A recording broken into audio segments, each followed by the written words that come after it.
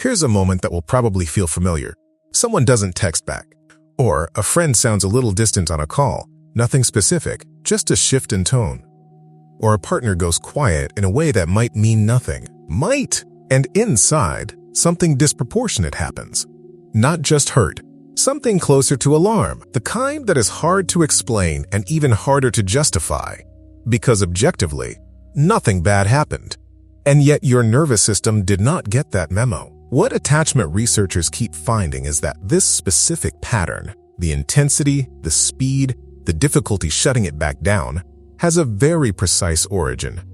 And it's not in your personality. So let's start by naming what you've actually been experiencing. There's a name for what you've been experiencing, rejection sensitivity.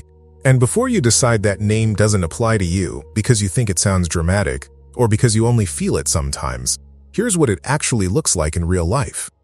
It looks like checking a message you sent and reading the silence that follows as information. It looks like walking into a room and scanning the faces before anyone has spoken, looking for the sign that you're not entirely welcome.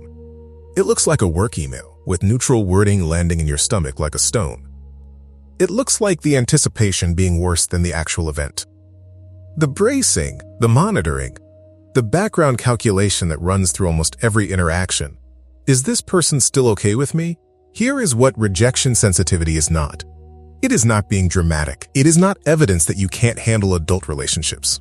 It is not a personality trait you were born with and are stuck with. And here is the thing nobody tells you about that. You're not too sensitive to rejection. In a very specific way, you are too accurate. The problem is that the data set your nervous system is working from is 30 years out of date, which brings us to the question, where did this calibration actually come from? When you grew up in a home that looked fine from the outside, a home where there was no obvious cruelty, no dramatic incident you can point to, it can be almost impossible to connect what you feel now to what happened then. Because what happened then wasn't a single thing. It was an accumulation. The accumulation of moments when your emotional experience was simply not seen, not punished, not attacked, just not registered. A child who cries and is redirected to a task. A child who is excited about something and meets a room that has already moved on. A child who is scared and is told gently that there is nothing to be scared of, and learns in that moment that what they feel is somehow not the point. And what happens to a nervous system in that environment, consistently, across years, is this. It learns to set its threat detection threshold for rejection lower than other people's. Not because something is wrong with it, because that is the intelligent response to the data it was given. A pattern that keeps appearing in research on childhood emotional neglect is this. The experience of growing up in a home where emotional attunement was inconsistent has a unique, measurable association with rejection sensitivity in adulthood, separate from physical neglect, separate from other adversities. What that means, translated out of research language, is that it wasn't the dramatic things that calibrated this. It was the quiet ones.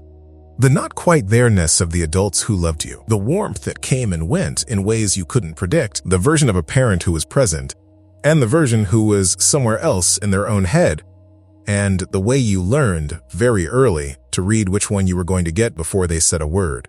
That is not a character flaw you developed. That is a nervous system that learned to pay very close attention to the early signals of emotional withdrawal, and that makes a very specific kind of sense. Now, here's where it gets harder, and more important, so you understand where it came from. You may have understood that for years, and still, the alarm fires, still.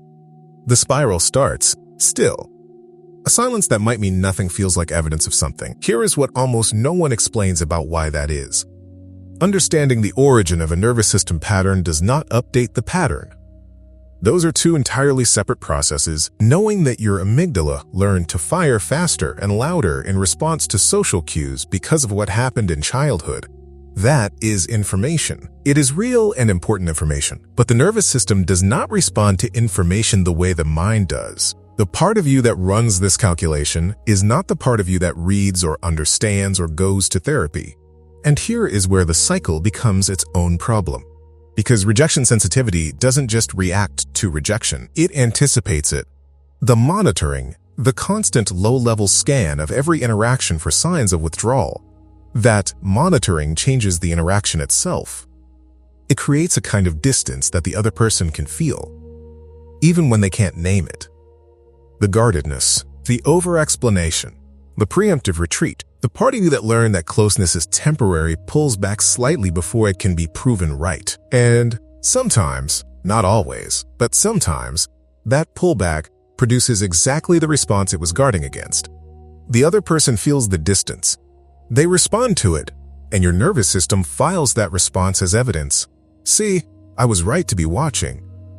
This is not your fault. This is not a cycle you created consciously or chose to sustain. This is a nervous system running a program that was written at a time when that program was the most intelligent response available. The program was never broken. It was trained on the wrong dataset. And here is the central thing this video exists to tell you. The work is not about convincing your mind that rejection is survivable. Your mind already knows that. The work is about teaching your nervous system to tolerate the experience of being received, not just to understand it, but to stay in it long enough to get new data. That is a different kind of work, and it starts somewhere much smaller than you've probably been trying. Rejection sensitivity is one of 30 adult patterns mapped in a resource linked in the description, the Pattern Decoder. It walks through exactly where each pattern comes from, and why understanding that origin is only the beginning of what changes. If what you heard today opens something you want to go deeper on, that's where to go next.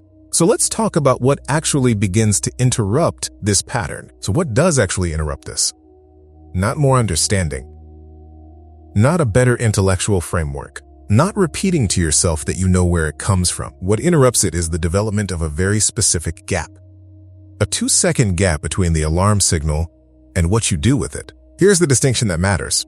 The alarm itself is not the problem. Your nervous system is going to fire. It was trained to fire. That part is not going to go quiet through willpower or through knowing its origin. But there is a difference between the signal, the alarm activating, and the interpretation, what the alarm means. And that distinction is where everything begins. Right now, when the alarm fires, the signal and the interpretation happen almost simultaneously. A text goes unanswered. The alarm fires, and the interpretation, they're pulling away. Something is wrong. I said something. They're rethinking things, arrives so fast that it feels like a single event. It isn't. They are two separate moments. The signal is a nervous system pattern. The interpretation is a story. And the only foothold available at the start of this work is not to stop the signal. It is to notice the gap between the signal and the story. 2 seconds. Not to fix it, not to talk yourself out of the alarm, just to notice. The alarm fired. To say, internally, quietly, there it is. That's the pattern. That 2-second pause is not a small thing. It is the first moment in this cycle where you are not inside the pattern. You are watching it. And that, however unfamiliar it feels, is where the nervous system begins to get different data. Not from being convinced, from experiencing one moment at a time that the alarm fired, and you didn't have to become the story it told. This video named One Pattern. The resource in the description maps 30 of them and shows exactly where each one comes from and why willpower alone could never have moved them. Link in the description and in the pinned comment. When rejection sensitivity shows up for you, is it more the anticipation before something happens or the spiral that comes after? So here is what to hold on to from this. Your nervous system was never broken. It learned something specific from a home that probably wasn't trying to teach it. And it learned that lesson so well that it's been running the same calculation for decades. Not because you're fragile, because you were attentive, because you paid very close attention to the emotional climate around you at an age when that attentiveness was the most intelligent thing you could do.